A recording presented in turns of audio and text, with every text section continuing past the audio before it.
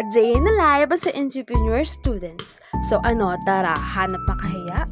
So today, maghahanap tayo ng makahiya at ipapaliwanag ko sa inyo kung ano nga ba ang kalagahan nito sa ating lupa. So, ano nga ba ang makahiya? Ang makahiya ay isang halamang may mahalagang papel sa kalikasan. Bukod sa pagiging halamang madaling makita sa damuhan, nakakatulong ito sa pagpapanatili ng sustansya ng lupa.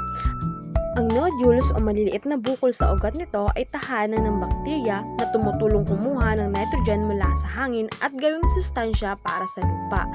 So, dahil dito, mas nagiging mataba at masustansya ang lupa para sa ibang halaman. Ipinapakita din ito na kahit simpleng halaman lamang sila, ay may malaking ambag sila sa kalikasan at agrikultura. Yun lang. Thank you for watching!